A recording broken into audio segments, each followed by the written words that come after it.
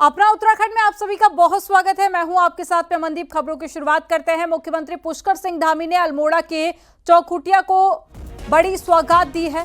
CM Dhami ने घोषणा की है कि चौखुटिया के अस्पताल को 30 बेड से बढ़ाकर अब 50 बेड का बनाया जाएगा। साथ ही सीएम धामी ने ऐलान किया है कि यहां पर अत्याधुनिक डिजिटल एक्सरे मशीन भी लगाई जाएगी और उप जिला अस्पताल के निर्माण कार्यों को तेजी से करने के लिए भी निर्देश दिए गए हैं। कृषक विपणन परिषद को जिम्मेदारी दी गई है। सीएम धामी ने कहा है कि चौखुटिया अस्पताल के विस्तार से हजारों लोगों को फायदा होगा।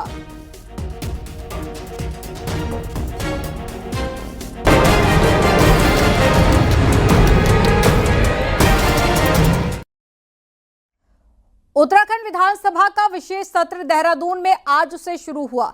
रजत जयंती को समर्पित ये सत्र 2 दिन यानी कि 3 और 4 नवंबर को होगा, जिसके लिए मुख्यमंत्री पुष्कर सिंह धामी, राज्यपाल गुरमीत सिंह और स्पीकर रितु खंडूरी ने उनका स्वागत किया। राष्ट्रपति ने सत्र को संबोधित किया और उत्तराखंड सरकार की जमकर तारीफ की। महिला सशक्तिकरण के साथ ही राज्य की योजनाओं को लेकर राज्य सरकार की तारीफ की और सभी से कहा कि दलगत राजनीति से ऊपर उठकर राज्य के विकास के लिए काम करे। मुख्यमंत्री पुष्कर सिंह धामी ने कहा कि 9 नवंबर को राज्य अपना 25वां स्थापना दिवस मनाने जा रहा है।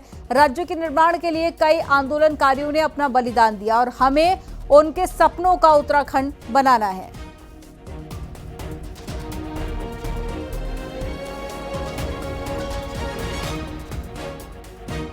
महोदय, देवभूमि उत्तराखंड 9 नवंबर को अपनी स्थापना के 25 वर्ष पूरे करने जा रहा है।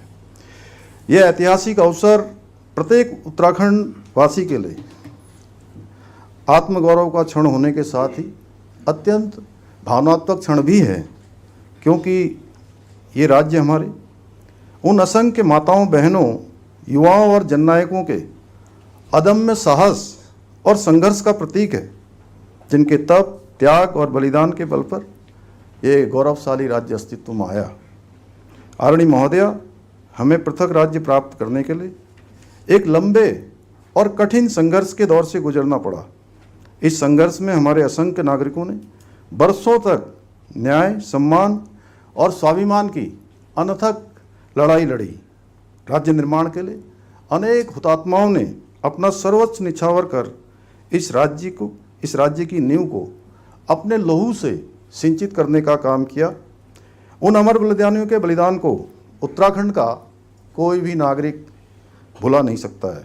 आज के इस अवसर पर मैं उन सभी ज्ञात अज्ञात राज्य आंदोलनकारियों को श्रद्धापूर्वक नमन करता हूं, जिनके त्याग, बलिदान के बल पर ये राज्य 25 वर्षों की गौरवशाली यात्रा पूर्ण कर रहा है। ये बहुत प्रसन्नता की बात है कि विगत 25 वर्षों की यात्रा के दौरान उत्तराखंड के लोगों ने विकास के प्रभावशाली लक्ष्य हासिल किए। पर्यावरण, ऊर्जा, पर्यटन, स्वास्थ्य सेवा और शिक्षा के क्षेत्रों में राज्य ने सराहनीय प्रगति की। डिजिटल और फिजिकल कनेक्टिविटी तथा इंफ्रास्ट्रक्चर डेवलपमेंट के क्षेत्रों में भी विकास हुआ है। विकास के समग्र प्रयास के बल पर राज्य ने ह्यूमन डेवलपमेंट इंडिसेज के कई मानकों पर सुधार हुआ है। मुझे ये जानकर प्रसन्नता हुई है कि राज्यों में साक्षरता बढ़ी है, महिलाओं की शिक्षा में विस्तार हुआ है, मातृ एवं शिशु मृत्यु दर भी कमी आई है तथा स्वास्थ्य सेवाओं को सुलभ बनाने में प्रयास किए जा रहे हैं। महिला सशक्तिकरण की दिशा में किए जा रहे प्रयासों की मैं विशेष सराहना करती हूँ। महिला सशक्तिकरण के प्रयासों से सुशीला बलूनी, विजेंद्र पाल, गौरा देवी, राधा भट्ट और वंदना कटारिया जैसे असाधारण महिलाएं की गौरवशाली परंपरा आगे बढ़ेगी। श्रीमती ऋतु खंडोली भूषण की राज्य की पहली महिला विधानसभा अध्यक्ष नियुक्ति करके उत्तराखंड विधानसभा ने अपना गौरव बढ़ाया है। मैं चाहूँगी कि सभी हितधारकों के सक्रिय प्रयास से उत्तराखंड विधानसभा में महिलाओं की संख्या में बढ़ोतरी होगी। उत्तराखंड राज्य स्थापना के 25 साल पूरे होने पर देहरादून में विधानसभा का विशेष सत्र आयोजित किया गया। इस ऐतिहासिक मौके पर राष्ट्रपति द्रौपदी मुर्मू ने सदन को संबोधित किया और राज्य में महिला सशक्तिकरण की सराहना की है। आपको रिपोर्ट में दिखाते हैं।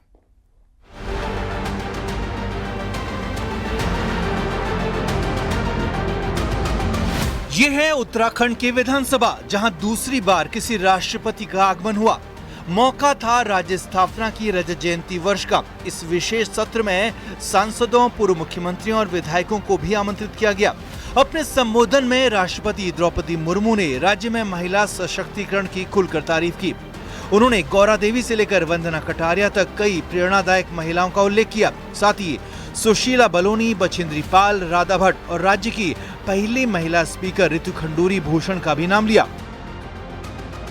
जिस प्रकार से उन्होंने हमारे उत्तराखंड राज्य की रजत जयंती के 25 वर्ष होने पर रजत जयंती का जो विशेष सत्र विधानसभा का बुलाया गया, उन्होंने संबोधित किया और जिस प्रकार से उन्होंने हमारे उत्तराखंड की प्रशंसा की, यहाँ की महिलाओं की प्रशंसा की, यहाँ की प्राकृतिक सौंदर्यता की, देवभूमि होने के नाते प्रशंसा की है। साथ में उन्होंने जो बातें रखी हैं, विशेषकर महिलाओं के सशक्तिकरण के बारे में, इस सरकार के द्वारा किए गए अच्छे कार्यों के बारे में मैं गौरवान्वित हूँ कि एक महिला के नाते मैं केदारनाथ विधानसभा की सेवा कर रही हूँ और विधानसभा सदस्य के नाते उत्तराखंड के लोगों को की सेवा कर पा रही हूँ। राष्ट्रपति ने विधायकों को जनता और शासन के बीच की कड़ी बताते हुए दलगत राजनीति से ऊपर उठकर काम करने की अपील की। सत्र में विपक्ष भी मौजूद रहा। कांग्रेस विधायक तिलक राज बेहड़ और प्रीतम सिंह ने न्यूज 18 से बातचीत में कहा कि राज्य ने काफी तरक्की की है, लेकिन पलायन, स्वास्थ्य और शिक्षा जैसे मुद्दों पर अभी भी काम बाकी है। उत्तराखंड बनने से बहुत खुशी है और राज्य बनने के बाद तरक्की कर रहा है, इसमें भी कोई दो राय नहीं है। बहुत खुशी हो रही है कि आज राष्ट्रपति हमारे बीच में आई है, पर अभी हम बहुत सारी चीजें हैं जिसको हम कंट्रोल नहीं कर पा रहे। राष्ट्रपति महोदय आई थी, उन्होंने भी जो है सदन को संबोधित करने का काम किया है। 25 वर्षों के कार्यकाल को जब हम देखते हैं तो हम कह सकते हैं कि 17 महीने एक सरकार रही, उसके बाद 2002 में चुनाव हुआ और उस चुनाव में जब कांग्रेस की सरकार बनी तो मैं कह सकता हूं कि नरेंद्र तिवारी जी के नेतृत्व में हमने इस उत्तराखंड की आधारशिला रखने का काम किया, इस उत्तराखंड को विकास के रास्ते में आगे बढ़ाने का काम किया। 2 दिन तक चलने वाले इस विशेष सत्र में प्रश्नकाल और शून्यकाल नहीं रखा गया है। चर्चा सिर्फ राज्य की विकास यात्रा और भविष्य के रोडमैप पर हो रही है।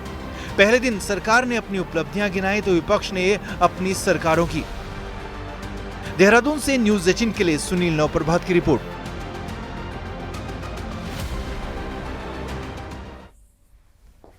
राष्ट्रपति द्रौपदी मुर्मू ने उत्तराखंड विधानसभा के विशेष सत्र को संबोधित किया। मुख्यमंत्री पुष्कर सिंह धामी ने इस पूरे प्रदेश के लिए गौरव का विषय बताया और उन्होंने कहा कि राष्ट्रपति ने उत्तराखंड के 25 वर्षों के संघर्ष और विकास यात्रा को जिस तरह से रेखांकित किया है वो प्रेरणादायक है। मुख्यमंत्री ने कहा कि राष्ट्रपति द्वारा समान नागरिक संहिता कानून लागू करने पर सरकार को बधाई देना और विधानसभा सदस्यों की सराहना करना गर्व की बात है।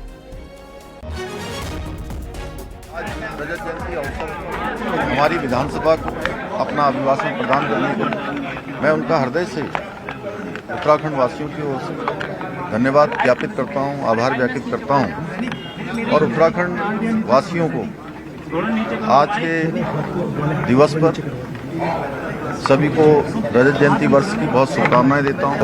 आदरणीय राष्ट्रपति महोदय द्वारा अपने अभिभाषण में उसका उल्लेख किया गया।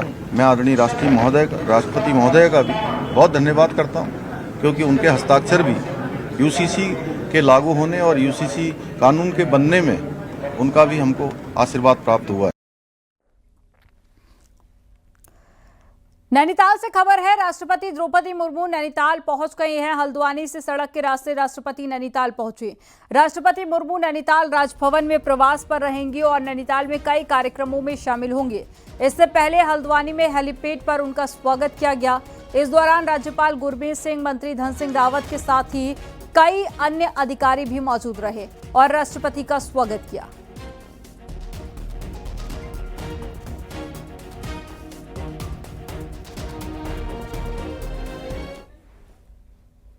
राष्ट्रपति द्रौपदी मुर्मू अब नैनीताल में हैं और 2 दिन के दौरे में राष्ट्रपति नैनीताल राजभवन के 125वें स्थापना दिवस कार्यक्रम में शामिल होंगे और मंगलवार को सुबह कैचीधाम में बाबा नीम करोली महाराज के दर्शन करने के लिए पहुंचेंगे, पूजन करेंगे, जिसके बाद में राष्ट्रपति कुमाऊं विश्वविद्यालय के 20वें दीक्षांत समारोह कार्यक्रम में हिस्सा लेंगे, जहां मेधावी छात्र छात्राओं को वो मेडल देंगे। राष्ट्रपति द्रौपदी मुर्मू के दौरे को लेकर पुलिस प्रशासन अलर्ट पर है, तो भारी फोर्स सुरक्षा के लिए लगाया गया है। वहीं यातायात प्लान भी राष्ट्रपति के कार्यक्रम के लिए बनाया गया है। 3 और 4 नवंबर को महामहिम राष्ट्रपति का नैनीताल जनपद का भ्रमण कार्यक्रम है।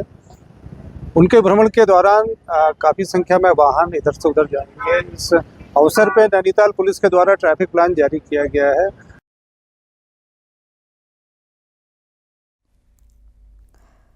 कैचीधाम आने वाले श्रद्धालुओं के लिए खबर है। कैचीधाम में मंगलवार को यानी कि 4 नवंबर को 12 बजे तक आम श्रद्धालु दर्शन नहीं कर सकेंगे। राष्ट्रपति द्रौपदी मुर्मू के कार्यक्रम के चलते मंदिर को 12 बजे तक बंद रखा जाएगा। सुरक्षा कारणों के चलते मंदिर को बंद किया गया है। इस दौरान देश की राष्ट्रपति द्रौपदी मुर्मू कैचीधाम में रहेंगी और दर्शनों के साथ में पूजा पाठ करेंगी। कैचीधाम मंदिर प्रबंधन द्वारा सभी भक्तों से अपील की गई है कि वो 12 बजे के बाद ही बाबा महाराज के दर्शन के लिए आए। माननीय श्री राष्ट्रपति महोदय के कैची धाम के आगमन हेतु दर्शनों हेतु दिनांक 4/11/2025 को उनके दर्शनों के लिए सुरक्षा कारणों से मंदिर प्रातः 6 बजे से 12 बजे तक बंद किया जाएगा।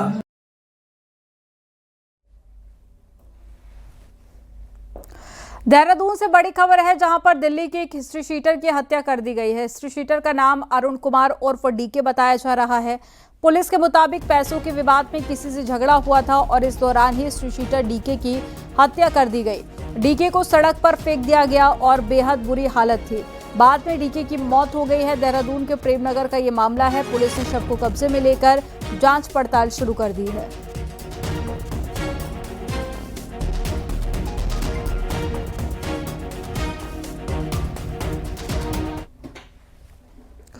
उच्च शिक्षण संस्थानों में हो रही रैगिंग पर नैनीताल हाईकोर्ट बेहद सख्त है और कोर्ट ने राज्य सरकार से इस पर जवाब मांगा है। चीफ जस्टिस ने सरकार से पूछा है कि रैगिंग रोकने के लिए सरकार क्या कोई कानून बना रही है या फिर नहीं। राज्य और केंद्र सरकार की तरफ से कई शपथ पत्र कोर्ट में दाखिल किए गए हैं, जबकि याचिकाकर्ता ने इस शपथ पत्रों को गलत करार दिया है। अब हाईकोर्ट ने याचिकाकर्ता को भी समय दिया है और इस पर जवाब मांगा है। हल्द्वानी के सुशीला तिवारी मेडिकल कॉलेज में हुई रैगिंग के बाद में कोर्ट में याचिका दाखिल की गई थी। हायर एजुकेशन में रैगिंग हो रही है, डेथ्स हो रही है, उसके लिए कोई लॉ नहीं बना हुआ, ना उत्तराखंड में बना हुआ है ना केंद्र सरकार ने बनाया। कोर्ट ने उत्तराखंड सरकार से पूछा है कि क्या आप कोई लॉ ला रहे हैं उत्तराखंड में रैगिंग विनेश के लिए। हरिद्वार में वन विभाग की टीम ने एक घर से अजगर का रेस्क्यू किया, जहां पर मिसरपुर गांव के एक घर में अजगर मिला है और अजगर ना सिर्फ घर में घुसा बल्कि बेड के अंदर कपड़ों के बीच में छुपकर बैठा था। वन विभाग को इसकी सूचना मिल गई और मौके पर पहुंची QRT टीम ने कमरे में अजगर को सर्च किया। इस दौरान बेड के अंदर बने बॉक्स में अजगर छिपकर बैठा हुआ था। रेस्क्यू कर अजगर को पकड़ा गया।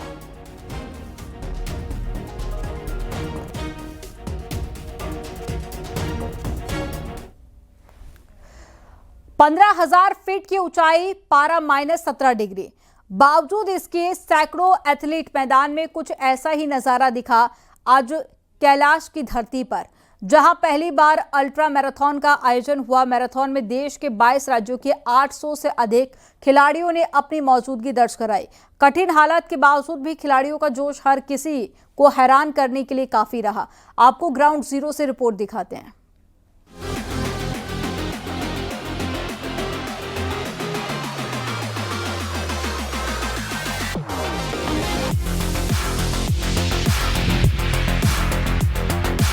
आदि कैलाश वैसे तो धार्मिक पर्यटन का केंद्र है, लेकिन अब ये साहसिक खेलों का केंद्र भी बनने जा रहा है। उत्तराखंड पर्यटन महकमे ने पहली बार आदि कैलाश में अल्ट्रा मैराथन का आयोजन किया। 15,000 फीट की ऊंचाई में हुई मैराथन में देश भर के खिलाड़ियों का जोश देखते ही बन रहा था। चारों तरफ बर्फ से पटे आदि कैलाश में भले ही मैराथन का आगाज -17 डिग्री में हुआ हो, लेकिन खिलाड़ियों ने जुनून ने पूरे माहौल को गरमा दिया। मैराथन में कुल 5 कैटेगरी में रेस आयोजित की गई। सबसे कठिन रेस 60 किलोमीटर की रही। इस कैटेगरी में खिलाड़ियों ने आदि कैलाश से काला पानी होते हुए गुंजी तक का सफर तय किया। तो ये लगभग 14,700 फीट की ऊंचाई से इसको फ्लैग ऑफ किया है। और इसका इम्पोर्टेंस देखिए इसलिए भी है कि ये रिलीजियस दृष्टिकोण से भी देखेंगे तो पूरे भारतवर्ष के जितने हिंदू लोग रहते हैं उनकी आस्था का एक केंद्र भी है। आदि कैलाश के इस स्थान में, भगवान भोलेनाथ के पवित्र धाम में, लगभग 22 राज्यों के 800 से ज़्यादा लोगों ने इस अल्ट्रा हाई एल्टीट्यूड मैराथन में भाग लिया। लिपुलेख रोड बनने के बाद चीन और नेपाल बॉर्डर पर बसे इस इलाके तक पहुंच आसान हुई है। ऐसे में अब पर्यटन महकमा इस इलाके को विंटर टूरिज्म का सेंटर बना रहा है। खिलाड़ियों के लिए भी हाई एल्टीट्यूड मैराथन में शामिल होना खासा रोमांचकारी रहा। आस्था की धरती पर देश भर के खिलाड़ियों का जमावड़ा हर किसी को अपनी ओर खींच रहा है। पहली नेशनल मैराथन के बाद पर्यटन विभाग अगले साल इंटरनेशनल मैराथन भी प्लान कर रहा है। प्रकृति के खजाने के बीच धरती को नापना खिलाड़ियों के लिए किसी सपने के साकार होने जैसा रहा। और this is very wonderful opportunity to run in the beautiful Beas valley. Really amazing, mesmerizing. Don't have words to say. Really amazed to see so many runners. और बहुत ही अच्छा एक्सपीरियंस है। मैं इससे पहले लद्दाख भी रन किया था last year, but this is something else. तो यहाँ थोड़ा एल्टीट्यूड ज़्यादा है। मैंने 21 किलोमीटर कंप्लीट करी है और मेरे साथ मेरा बच्चा और हस्बैंड भी हैं। उन दोनों ने 5 किलोमीटर रन कंप्लीट करी। बहुत अच्छा लगा यहाँ आके, बहुत अच्छा एक्सपीरियंस रहा, क्योंकि हाई एल्टीट्यूड में रन करना थोड़ा चैलेंजिंग तो होता ही है, लेकिन मज़ा आया, बहुत मज़ा आया। अल्ट्रा मैराथन की अपार सफलता के बाद तय है कि आने वाले दिनों में आदि कैलाश की धरती पर कुछ नया होना है, जिससे रिवर्स पलायन को भी बड़ी रफ्तार मिलेगी। आदि कैलाश की धरती से पहली बार अल्ट्रा मैराथन का यहाँ पर आयोजन हो रहा है। तकरीबन 15,000 फीट की हाइट से ये मैराथन यहाँ पर शुरू हुई है। एक तरीके से कह सकते हैं कि अल्ट्रा मैराथन साहसिक खेलों को आगे बढ़ाने में काफ़ी मददगार यहाँ पर साबित हो सकती है, मील का पत्थर साबित हो सकती है। देश भर के एथलीट इस अल्ट्रा मैराथन में यहाँ पर शिरकत कर रहे हैं। काफ़ी कठिन हालात है, बावजूद उसके खिलाड़ियों का जोश देखने लायक है। विजयवर्धन उप्रेती, न्यूज 18, आदि कैलाश, पिथौरागढ़। चलिए अब देखते हैं पहाड़ टॉप 10। राष्ट्रपति द्रौपदी मुर्मू कल कुमाऊं यूनिवर्सिटी के दीक्षांत समारोह में शामिल होंगी और मेधावी छात्र छात्राओं को गोल्ड मेडल देंगी। पिथौरागढ़ के डीएम आशीष भट्टगाई ने स्पोर्ट्स कॉलेज का निरीक्षण किया। हरिद्वार में जनसुनवाई कार्यक्रम हुआ, जिसमें डीएम ने फरियादियों की शिकायतें सुनी। उत्तराखंड रजत उत्सव के तहत हरिद्वार में हर की पैड़ी पर 25 दीपदान कर 25 शंखनाद किए गए। राज्य स्थापना रजत उत्सव के तहत हरिद्वार आयुर्वेद कॉलेज में स्वदेशी उत्पादों की प्रदर्शनी और सांस्कृतिक कार्यक्रम हुए। रामनगर में टेढ़ा के जंगल में एक नरकंकाल मिला है पुलिस जांच में, जिसकी पहचान महाराष्ट्र निवासी प्रशांत के रूप में हुई है। रुद्रप्रयाग में सहकारिता मेला खत्म होने के बाद भी गर्म कपड़ों के स्टॉल लगे हुए हैं, जिनमें भारी भीड़ पहुंच रही है। पिथौरागढ़ के आरवी पब्लिक स्कूल के प्रिंसिपल के खिलाफ बीजेपी मुखर हो गई है। दर्जा मंत्री गणेश भंडारी ने इसकी जांच की मांग की। Uttarakhand school cricket development association अब राज्य भर में अंडर 14 टूर्नामेंट आयोजित करने जा रहा है, जिसमें 16 टीम का चयन किया गया। अल्मोड़ा के उत्तराखंड सेवा निधि में हिमालय में पारिस्थितिकीय संकट को लेकर कार्यक्रम का आयोजन किया गया। उत्तराखंड के 25 साल के इतिहास में आज भी प्राइमरी शिक्षा चुनौती बनी हुई है। करीब 3,000 से ज्यादा सरकारी स्कूल बंदी की कगार पर है। राज्य के रजत जयंती साल पर शिक्षा व्यवस्था पर आपको एक स्पेशल रिपोर्ट दिखाते हैं।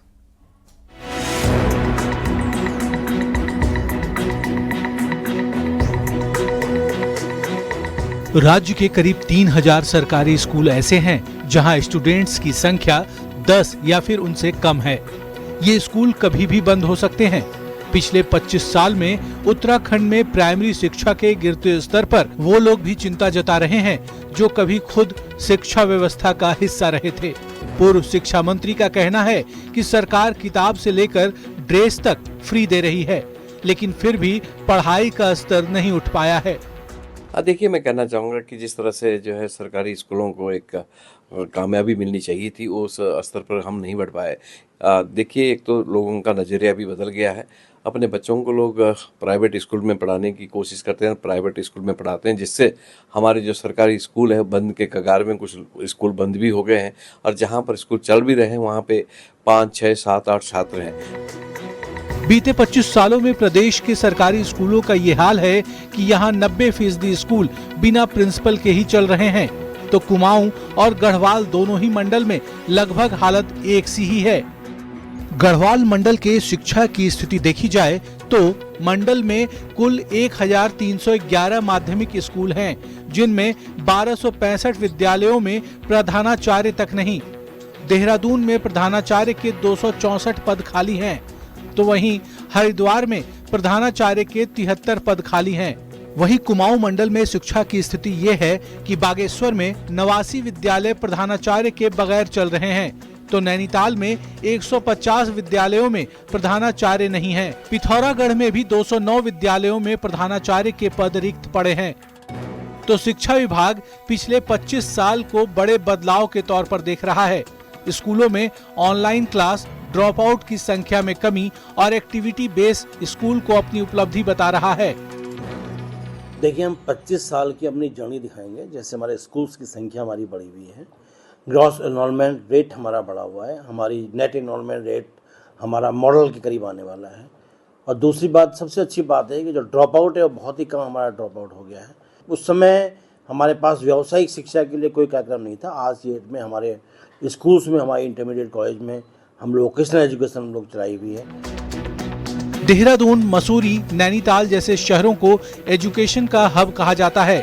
देहरादून रीजन में ही पब्लिक स्कूल की संख्या 1500 के करीब है, लेकिन इस बीच सरकारी स्कूल का ढर्रा जिस रफ्तार से सुधर सकता था वो आज भी दूर की कौड़ी नजर आती है। न्यूज़ 18 के लिए देहरादून से भारती सकलानी उनियाल की रिपोर्ट।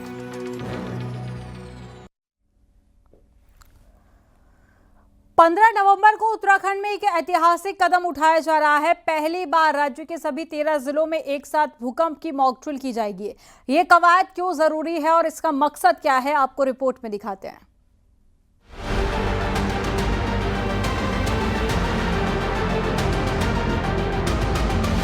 उत्तराखंड देश का वो हिस्सा जो भूकंपी नजर से सबसे संवेदनशील जोन में आता है।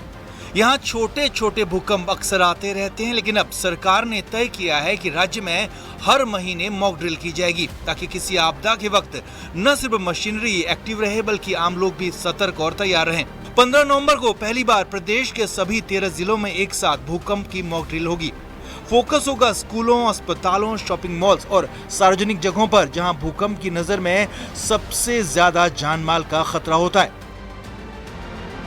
माननीय मुख्यमंत्री जी और चीफ सेक्रेटरी सर के द्वारा निर्देश दिए गए हैं कि आप लोग जल्दी से जल्दी मॉक ड्रिल कराइए अर्थक्वेक के बारे में। उसी निर्देशों के अनुपालन में हम लोग 15 नवंबर को अर्थक्वेक का मॉक ड्रिल करने जा रहे हैं। उसकी ओरिएंटेशन कोऑर्डिनेशन कमेटी की बैठक एक बार हमारी डीएम के साथ में और जो स्टेक होल्डर हैं, विभाग हैं, उनके साथ हो गई है। वैज्ञानिकों की चेतावनी है कि उत्तराखंड हिमालयी क्षेत्र में किसी बड़े भूकंप की संभावना बनी हुई है।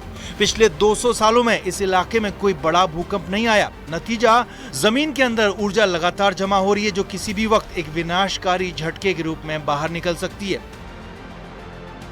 यहाँ पे इसके पूरे बीच के इलाके में, जहाँ पे कि उत्तराखंड भी आता है, यहाँ ऊर्जा तो एकत्रित है, परंतु एक बड़े भूकंप के रूप में निकलना निश्चित है। हाँ, ये नहीं कह सकते हैं कि ये कल हो जाएगा या परसों हो जाएगा या 50 साल में होगा।